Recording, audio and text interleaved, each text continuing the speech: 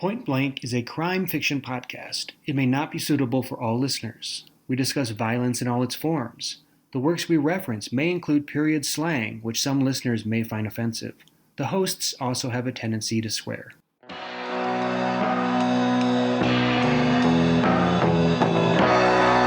Episode 17, In a Lonely Place by Dorothy Hughes.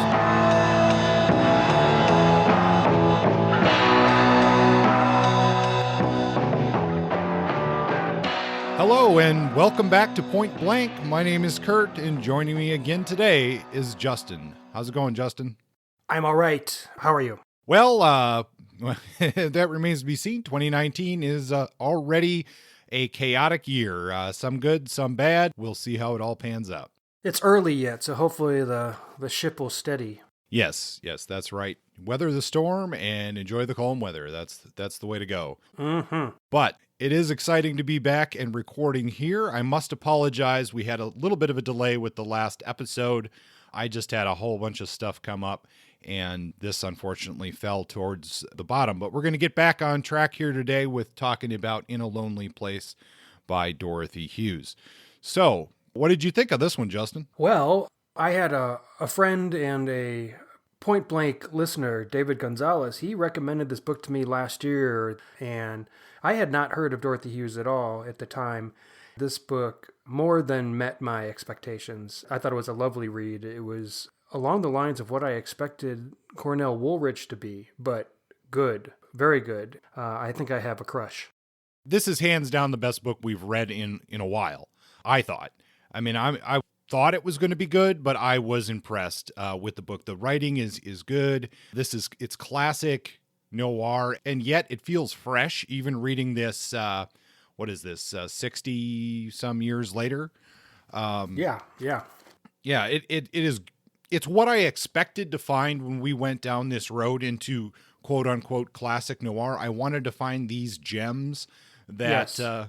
And Hughes is well known for people who've done a little digging. That's for sure. But she was out of print for a really long time, and the copies that I believe we read with the introduction or afterward by Megan Abbott, this is a relatively new printing. She's been out of print for a long time, and she deserves to be read because it is writing that stands a test of time. It's tight, exciting, dark noir, and it, like you said, this is the kind of writing I was expecting from the names like Woolrich and Highsmith as well. I wanted this was the kind of voice I was seeking from Highsmith, and I found it in Hughes. So that's really exciting. I highly recommend this one. I think the comparison between her and Patricia Highsmith is an interesting one, because you're right. There is something that Patricia Highsmith does that Dorothy Hughes doesn't, and vice versa. And I prefer what Hughes has done with the writing. I think it's the quality of the prose and something else, something Highsmith does that's clinical, that feels emotionally disconnected. I'm not sure exactly what it is, but you're right. There is a distinction between their writing styles, and we know Highsmith, but why don't we know Hughes to the same extent? And you mentioned some of the reasons. Do you have a little summary here to whet our listeners' appetite? So, Dorothy B. Hughes' In a Lonely Place was published in 1947. It's set in post-war Los Angeles, much like our previous book, Walter Mosley's Devil in a Blue Dress. But unlike Mosley's novel, In a Lonely Place is straight-up noir. Things are dark and mysterious, and the character that guides us through the story is a bad guy for which things end badly. The book was made into a well-regarded film noir starring Humphrey Bogart and Gloria Graham. I haven't seen that. Have you seen it, Kurt? No, I haven't. But now that we've finished talking about the book after recording part 2, I'm going to watch it. I have a collection of Bogart films, but this one wasn't in the collection, so I'm looking forward to it. That came out in 1950, so right after the book, roughly, though the film version is quite different in terms of the ending. So the main character in this book, and this is a little bit embarrassing, his name is Dix Steele, D-I-X. Can we just get that out of our system right now? I mean, let's call it adolescent humor or whatnot, but Dick Steele, it doesn't really translate to our sophomoric humor culture in the 21st century. I don't think the name was tongue-in-cheek, though. I'm assuming not, but I don't think Hughes really discussed her naming conventions. Anyway, this guy, Dix Steele, is an ex-airman. He served in England during World War II, and he's a recent arrival to Los Angeles, presumably to work on his debut novel. We're getting the story through his perspective. It's his story. He's the primary character. And we get a little bit of his life as he reveals page by page his intentions and his purpose for being in Los Angeles. We find out he's living off of his wealthy uncle's meager monthly patronage. He's staying in an apartment of an acquaintance, a guy he knows from his war days, who's gotten up and gone to Rio de Janeiro to live for a time. Essentially, Dix is living on borrowed time, and you can feel it. He wanders the fog-thick city at night, roaming somewhat aimlessly, trying to find some sense of meaning in his life. He seems to be disillusioned and a little lost. He feels that nothing compares to his days as a fighter pilot. Those were his glory days. And back in the States, here he is delusioned, and his disillusionment feeds a pretty nasty habit. But we don't get it quite clearly. It comes out slowly over the course of the story. Early on, he meets with a detective friend in town, another friend from the war. His name is Brub, with whom he did military service, and we also meet Brub's wife, Sylvia. They live in a nice place close to the ocean, and Brub is working on a case of a serial killer who's been strangling women in the LA area. Dix is interested in the case for obvious reasons. He's trying to write a novel, and it's a crime novel. And that's at least his excuse. So he asks Brub questions about the case, and Brub is happy to answer. For Brub, he sort of helps him to think through the case by talking with Dix about it, and he teases out nuances, and it's an interesting relationship. Of course, the reader realizes fairly quickly that Dix Steele is not exactly who he says he is. He himself is, and I guess we can say this because to me it wasn't a surprise, he's the strangler. We are in the perspective of the murderer, and the magic of this story is the crazy tension the reader feels as Dix gets closer to Brub and Brub's LAPD friends as they work towards solving the case. Meanwhile, Dix continues to commit crimes, and we never quite see the crimes, but we get sort of the aftermath of them, and we get Dix's rationalization, and it's a truly haunting read. The question isn't so much will he get away with it, but rather how will he get caught? He is good about covering his tracks. He's a smart monster. He knows how to play the game. And in the end, the way that Dix show falls apart, it's very well done. Hughes is really good about building suspension and building character and letting atmosphere guide the reader along toward the finale, which is actually a nice sort of feminist twist on familiar genre tropes. I love this book. I'm not going to talk more about it now. I'm going to get back to it later on. But I love this book. I give it 4.5 stars, possibly 5, but I'll just say 4.5 for now. I thought it was a cool inversion of what happens in a noir crime novel like this. The protagonist is a bad guy. The women characters, who could be femme fatales in other stories, act as detectives in a sense off the page in this story. It's fun. It's got a lot of twists and turns, and it's just this brooding, ominous, really beautifully written story. 4.5 stars, or 4.5 hits at the very least from me. Kurt, would you agree with my rating? Oh, very much so. I mean, I would have to, if I was forced between a 4 and a 5, I'm going to go with a 5. If I have to give it a percentage rating, I'm going to say it's like a 92.5. That's why, and you know what? That's an A. And I guess what I wrote down is that I give it 5 hits, and I wrote 5 hits on Goodreads too. So I guess I'm being conservative in my actual recording here. So let me up it. I'll just give it 5 hits. Read this one. I mean, if you haven't read it, I mean, this, and you're listening to this show, then you owe it to yourself to give this one a read, because I do think it stands up there with the best books that we've looked at in this show and in the genre. I mean, I like this as much as I like Goodish Don't Shoot the Piano Player. I like this as much as A Killer Inside Me. It's right on up there, and I don't think there's going to be a lot that would knock this off one of my favorites for the genre. It's the first book that felt this kind of atmospheric noir since the Goodest book, Player Yes. Piano. Yes. And I remember the way I felt as I read that one, the setting, Philly and the forests of Jersey, and just that ominous, things aren't looking good, and I didn't expect them to get better, but I couldn't stop reading. Same thing here. And yeah, you're right. It's every few books we tend to strike gold, and we haven't had one this satisfying in some time. So, listeners, give this one a read if you haven't already. I mean, I'm going to be looking at more of Hughes's work. A lot of it has been out of print, but when you look at her actually fairly limited catalog, she covers some very interesting topics. And we talked about Queen Pin a few episodes ago, and we both enjoyed that one. And it stands to reason that Megan Abbott would have written an afterword for this book, because you can see that we talked about how she's a student of the genre, and I can definitely see how she looked back at a writer like Hughes for inspiration and a way of having a different voice in that noir hard-boiled category that just captures the mood and the essence of noir so well. One of her other books, Dorothy Hughes' other books, came out toward the end of her writing career. It's called The Expendable Man. It takes place in the Southwest in Phoenix. And this one is considered her masterpiece, as good or better than In a Lonely Place. So it's rare to come across an author who's written just a fascinatingly terrific book and then find out that they have another book as good or better. And I found out that she has spent some considerable time of her life in New Mexico. So I'm curious about exploring a little bit of her backstory and how her experiences here shaped her as a writer. Maybe she lived in your house. Perhaps she did. There we go. So, listeners, give this one a read, and we'll talk a little bit more about Hughes' biography here in a few minutes, and we'll get into the meat of the book in part 2 of the episode. Subject unknown.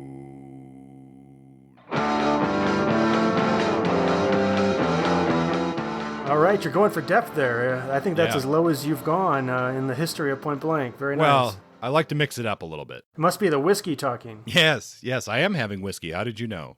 It was just a guess because the topic of our subject unknown is perfectly suited to a glass of whiskey. We're going to be talking about alcohol, alcoholism, booze, and the private eye, booze and crime fiction, how they are intertwined, how they relate, and why they're stuck together historically. Both of us read a book called Booze and the Private Eye. It was written by Rita Elizabeth Ripito, and it was actually, I believe, a dissertation, and it got published in 2004 by McFarland Publishing. It's an academic book. Would you say so, Yes, Kurt? yes, it is. I would say that while there are some moments of illumination in it, overall, it surprisingly didn't talk as much about booze and detective fiction as you'd think, given the title. We got a lot of biography about particular authors. We Dash Hammett in there. There's Raymond Chandler. We look at Lawrence Block. We look at Mike Hammer. Mike Hammer? No. What's the guy's name? Oh, Mickey Spillane. Yeah. This book talked about how each author, how their writing was perhaps influenced by booze, how alcohol was translated in their written work, how it was used, and what kind of purpose it served in the writing. We've explored alcohol in the ways that it's used as a plot device. Sometimes in books, drinking is used for the sake of hospitality. You invite people in and you have a drink, and that's how you get some information. Sometimes it's used to manipulate. The idea of getting somebody drunk so that they reveal secrets. And that's a tactic, that's a strategy employed. Oftentimes it's used as self-medication, as a way to cope with the harsh realities of detective work or being a criminal under suspicion or whatever. With fiction, and with crime fiction in particular, there's been this interesting dynamic since the start, since the 1920s, when crime fiction really became hard-boiled and came to prominence as a genre.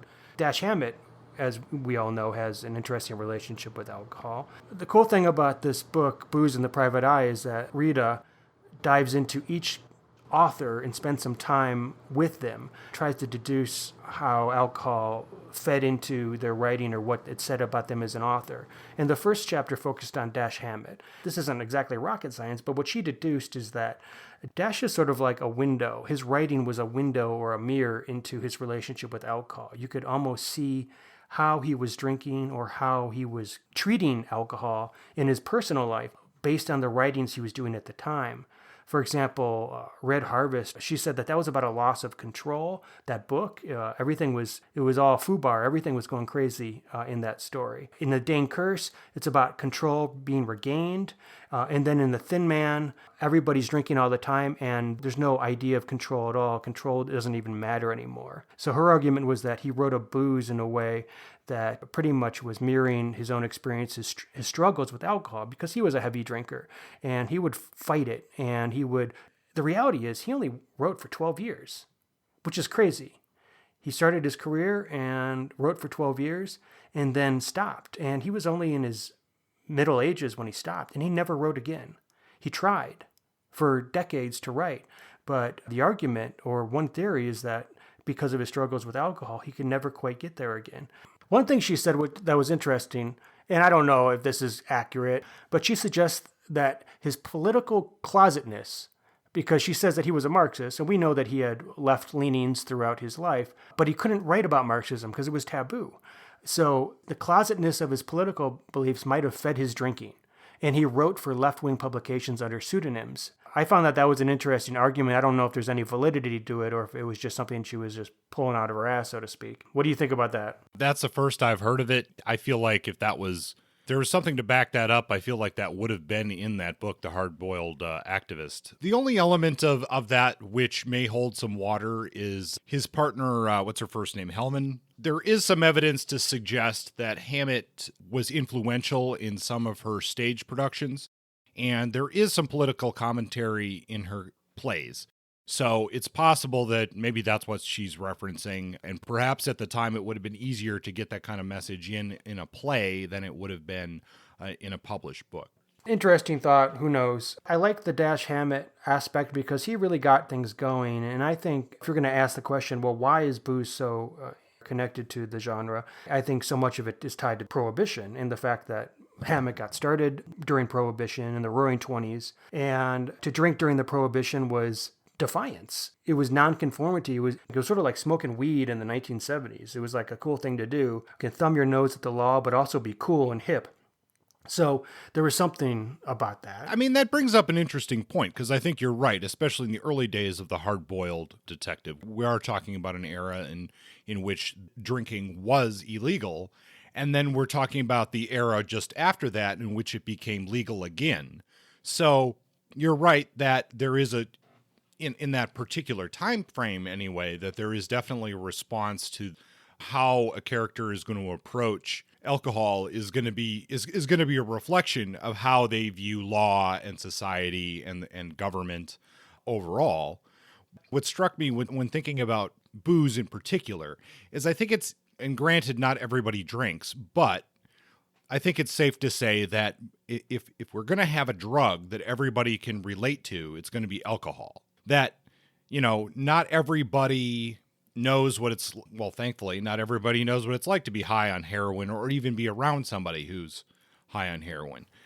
Sure. Marijuana doesn't make as anybody who's been around anybody who's high, that's not really going to motivate, that's not going to usually compel people to commit a lot of crimes. It's going to compel them to lay around on the couch. Booze is the universal thing. I've wondered if the prevalence of it is not necessarily from the Prohibition, but it's the universal thing that we can all relate to because it is so ingrained in human culture. Alcohol is something that is both a celebratory substance and an abusive substance at the same time. I can see that, but the reason why I could see why you would write about alcohol or have detectives in 1929 or 1934 pulling a bottle out of their drawer and drinking as they work. But how come that still happens in 1996? And how has that changed? And why does it serve as this trope and this motif for so long, when other things in genre evolve and other things in literary fiction evolve, and you no longer talk about how awesome bicycles are as a feminist symbol in the same way that you might have in the early 20th century. but we still treat alcohol. Alcohol is still featured in our crime fiction. And it has evolved. We'll see examples of that. For example, like Lawrence Block came to grips with alcoholism with his character Matthew Scudder in a way that was really modern and really cool when he was writing the Matthew Scudder detective fiction. I'm not sure that Rita Ripto really posed an answer. I don't think she did, and that's one of the reasons why I'm sort of discounting. I mean, I don't want to totally discount the book, but I feel like there's a lot there that could have been explored that just wasn't touched on, and I don't know. I have a big problem with a lot of academic writing because, I mean, I understand remotely touched to academia and having a lot of friends who progressed beyond a bachelor's degree. I mean, I get why people write like that, but it is so boring and so like that this had been written in a popular style. There could have been so many things that you could have touched on that would have been way more interesting than what was found in this book. And I'm going to go back to the idea that the reason alcohol is so prevalent is, again, because it's the one that most readers can relate to. We can all relate to food. We can all relate to eating. We can all relate to being tired, those universal things.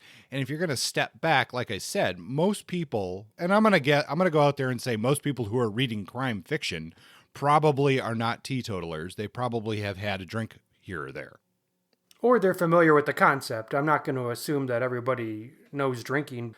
They're familiar with and know drinkers. Well, yes. That's why I think it's something that that writers could then establish character with. There's something universal about it, essentially. Yeah. And most of us also know somebody who's an alcoholic. And that's common enough. So that common frame of reference gives the writer and the reader a way to address the character. And I think that's where alcohol, like food, comes into it. Does the character have control over the substance that they're imbibing? That's something that was brought up in the book is, how do different characters relate to alcohol? Can they control their drinking? How do they use the drinking to deal with situations? And not only that, what are people drinking? That is a huge indicator. When I tell you that somebody drinks nothing but Coors Light, for example, sure, you might have one perception of them. If I tell you that somebody drinks nothing but microbrew IPAs, you're going to make some assumptions about that person as well. These are indicators of class and socioeconomic status. But I think your discussion about alcohol being a universal, we all understand its good and bad sides, what it does. And I think if you're going to think about this in terms of writing, why do writers incorporate this into stories? Because stories are supposed to function as, you're going to have a story where there's a beginning and an end. A character runs into trouble and tries to get out of trouble. You have to develop character, and you want them to struggle because you want them to be human and you want them to be relatable. And this is, I think, where alcohol fits in. And Christopher Vogler, who wrote The Writer's Journey, which is a book all about taking Joseph Campbell's ideas on the mythic journey and the hero's journey and translating them to your own storycraft and to screenwriting. It's a pretty well-known book. He engaged in attempting to answer this question: why would you inflict a potential debilitating disease on a detective like alcoholism or alcohol struggle when that actually gets in the way of his job? And of course, the reason is that we want to have a hero who has a flaw. We want to have a character who is struggling with real life things, who drinks too much Coors Light and can't get out of bed in the morning and has these real things that hold them back, just like we do in our daily lives. This goes all the way back to Sherlock Holmes. Sherlock Holmes was a total piece of shit. He's obnoxious. He's an asshole.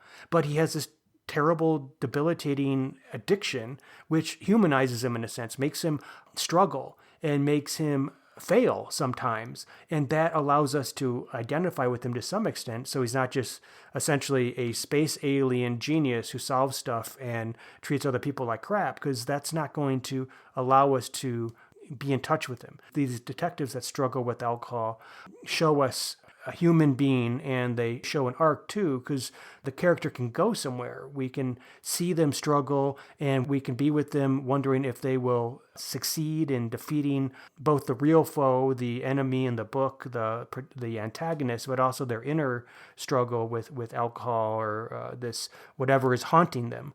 When we see alcohol as something that a character is struggling with, that's when it's successful. But when we cease to see alcohol as a struggle, and this happens in a lot of hard-boiled fiction, where the character will pound 8 shots of vodka and then kick some guy's ass. Well, that's not realistic, and they don't suffer hangovers, and they don't end up with cirrhosis ever, even though they drink daily, constantly, while solving crimes. It's bad writing, it's bad character development, and it's ignoring one of the central aspects of alcohol, that when not in moderation, it can be devastating. I think Ripito does a good job in pointing out what Dash Hammett does when he talks about alcohol honestly with the Continental Op and Red Harvest. He gets drugged and he drinks, and you see he's out. He gets knocked out and he struggles from the effects, and it affects his job. Whereas in Thin Man, there is never a hangover. And to me, that's a failure on the part of the author to fairly and honestly show the world. And if it's a fantasy novel with superheroes, then that's fucking great. But if it's trying to show real life type of people, trying to do real life type of things, even exaggerated to show that alcohol or heroin or anything doesn't have an effect, or you could eat 15 burritos every night for dinner and not show signs, that's just poor writing, and it's a failure on the part of the writer. That's why Lawrence Block's Matthew Scudder is so, I think, effective, and that he, halfway through the series, in book 8, he has an alcoholic blackout and ends up in the hospital. And later on, in a book I'm actually going to review in 5-round burst, To Walk Among the Tombstones, he is frequently going to AA and talking to his sponsor and avoiding bars and still working on his crimes. But he's a complex character who has this struggle, and the allure of alcohol is still there, and he still meets with people who are drinking, and he has to, you can feel the tension constantly between his desire to, or that yearning for booze, while also he admits that it's not so much a weakness as it is something, a disease, an illness that he has to work toward. And that difference between perceiving alcohol as a weakness, like Mickey Spillane, his character Mike Hammer, would drink and be hungover and drink too much. Then sometimes he would be on the wagon. But his perception of alcohol was that if you overdrank and you lost control, that was because you were weak, not because you had an illness or something else was affecting you. And it was very psychologically black and white. And it was just tied to machismo, which is funny because the guy who wrote it, Spillane, converted to Jehovah's Witness halfway through his writing career, and after that wasn't really into all the stuff he wrote about anymore. He was more of a straight arrow, but still he had these attitudes about alcohol which were not very modern. What I like about Ripeto's book is that it shows the evolution of how alcohol has been perceived, and it's tethered to machismo, it's tethered to changing cultural times, and it's tethered to a truly American relationship with alcohol, which is it's either being blackout drunk and binge drinking, or it's teetotaling. The concept of moderation in American drinking is not quite on par with how it is in Europe, for example. I have 2 books that I just recently read, one from an American author and one from a European, an Irish author, that both deal with drinking as a more modern writers. But I think the core of what you're saying there that is absolutely correct is that there has to be an evolution with the writer and how they handle this. You know, it's much easier for us to sort of hand wave those early hard-boiled guys and be like, well, okay, whatever. But if you're still writing in that way today, then you're making a pretty big mistake. It's lazy writing. There's no place for it. And there's also the cliche that, okay, you're going to have a detective. Well, you got to make the detective alcoholic, because they have to have a flaw, so we'll just give them this easy flaw as an alcoholic.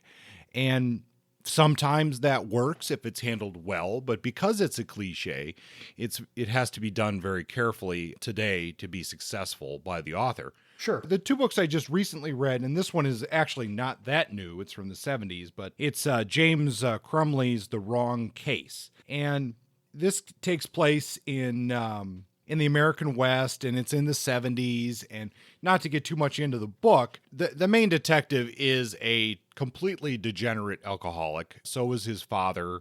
So were most of his friends. And the way Crumley handles this is pretty honestly. It's pretty honest. I mean, frankly, there's a lot of disgusting drunks in this book, and their actions are what you would expect from disgusting drunks. The type of thing of, not washing, shitting in your pants, passing out anywhere, doing anything from money to get the next drink. So he handles it that way. Because it was written in the 70s, it's a transitional period for how we're talking about abuse and that sort of thing.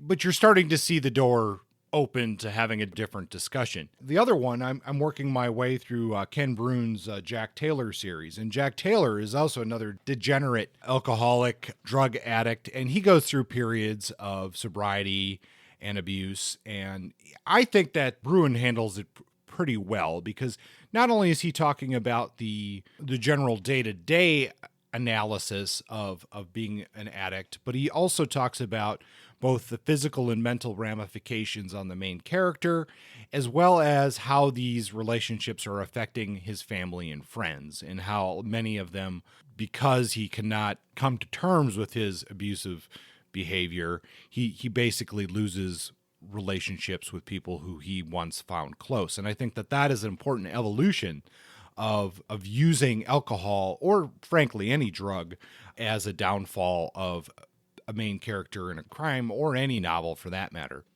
Overall, I wouldn't recommend this book, but I thought it raised some interesting questions about drinking and writers. And yes, what's become a cliche now wasn't a cliche to begin with, and there was some real historical and social rationale for having hard drinking detectives. Now it's like having a wizard who behaves like Gandalf. If you create a Gandalf type character, obviously it's a cliche, and it's a sign that you're not really putting in the effort to develop your own characters. So it's all about finding a new way of exploring heroic or character weakness to humanize them. It could be booze, it could be another drug, or it could be something else, crippling depression, or sex addiction, or somebody who will only eat Twinkies, or whatever else, gambling, whatever it is, this flaw. It could be anything.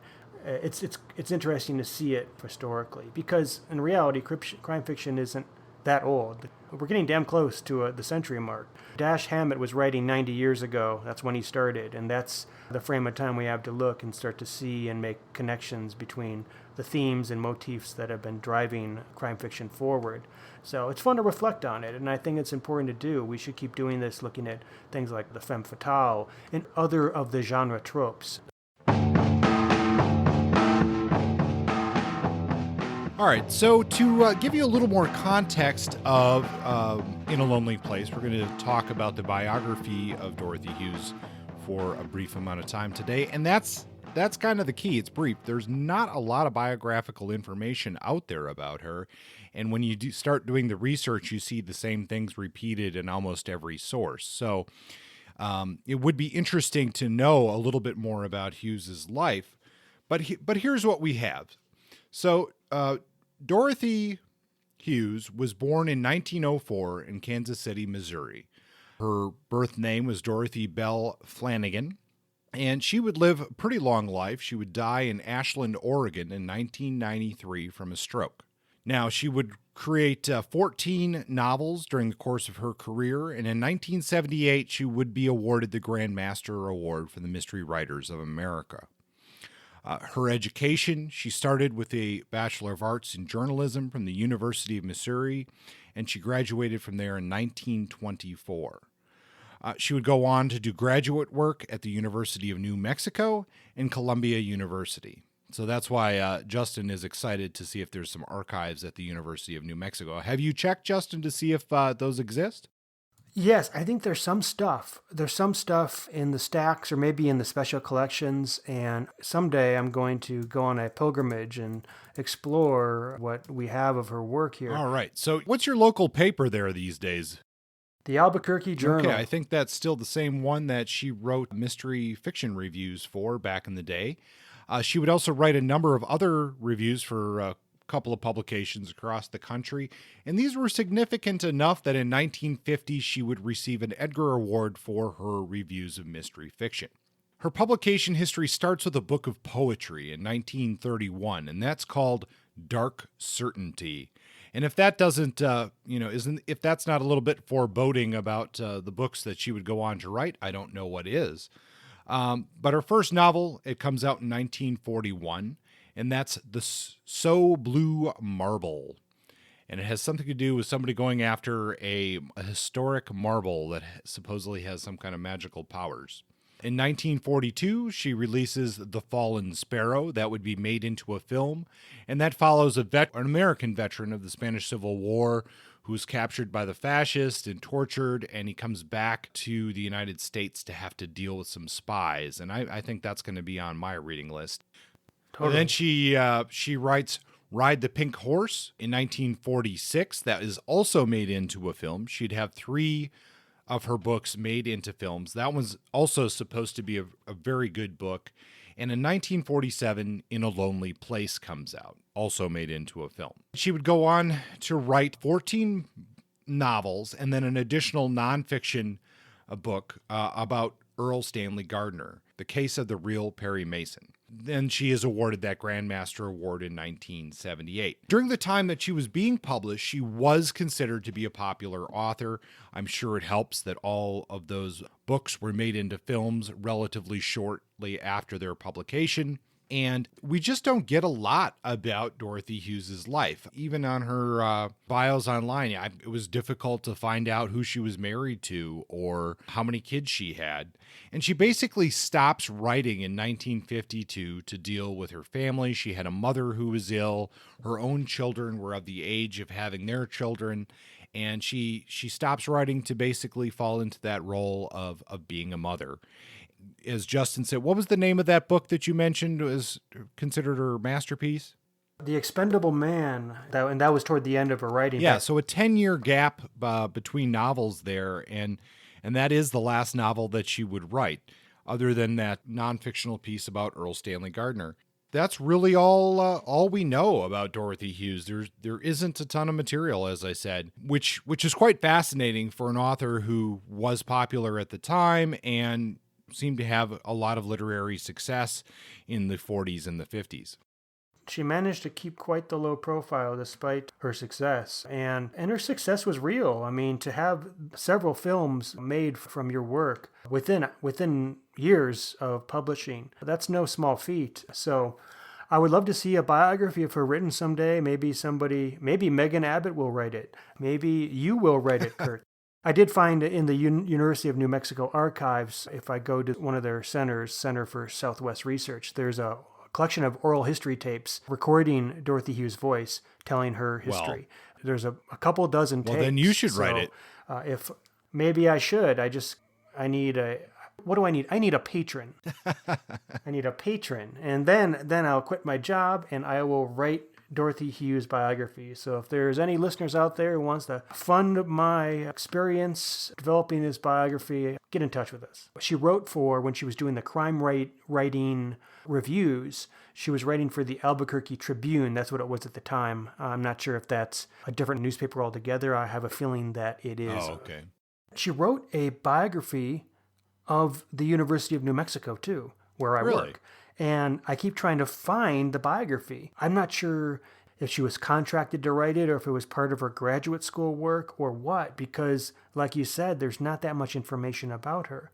But if I were to dig up those archival tapes, the oral history, maybe the answer lies there. Yeah, and one thing that does strike me with this time frame is she published this stuff under her own name, but as a woman writer in this time frame, I wonder if there's stuff that she ghost wrote out there that just was lost in connection. So that's true. It's not uncommon. No, and we saw that with most of our male writers in this era were writing fiction for the pulp magazines and whatnot under various names. So why wouldn't Dorothy Hughes be doing that? And maybe there's more out there.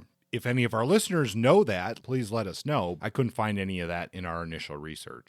Just based on her work alone, we don't need to know everything about a person to get an insight into the window of their mind. In a Lonely Place is a good first place to start. It really captures noir in a way that I want noir to be captured. It's the quintessential atmospheric book with a good plot and with really strong writing. I'm really excited that we get to talk about this book in the next part of episode 17. We'll dive in deep, and I'm looking forward to reading more of her work, maybe writing her biography. We look forward to reading that, Justin. Well, thanks for joining us this episode, and we will see you in part 2 for our more in-depth discussion of In a Lonely Place. In the meantime, if you want to find us on Facebook, you can do so by looking for Point Blank, Hard-Boiled Noir and Detective Fiction. If you want to ask us a question, you can email us at pointblanknoir@gmail.com. You can find us on Twitter at pointblanknoir. And if you really like what we're doing, we also have a Patreon. You can donate $1 an episode or $1 a month or whatever it is. And you can find that by searching Patreon for Point Blank. Our upcoming episodes after this one include They Shoot Horses, Don't They? By Horace McCoy. And then we'll be looking at Ernest Hemingway's To Have and Have Not, followed by Cormac McCarthy's No Country for Old Men. And then pack your bags, get your tickets, and we will be doing our round the world tour in 5 locations, starting in the beautiful blue Mediterranean. I'm really excited about the lineup this year. All of these books are in my top, at least the next 3. And then the international road trip is going to be fun. We'll be in the Mediterranean, we'll be in West Africa, we'll be in Japan, we'll be in Brazil, we'll be in Mexico. And I've been buying books like a fiend. It's dangerous. I could feed an army with the books I've been buying if the army was a bunch of book-eating people. So I'm really excited about what the future brings, but first things first, we need to spend a little more time with Dorothy Hughes, and we'll be doing that in part 2. If you like the show, give us a rating on iTunes, tell your friends about us, visit our Point Blank group on Goodreads. We had some good discussions on that site, and we're going to bring some of those conversations to our part 2 episode. So good chatting with you all today, and see you next time. See ya.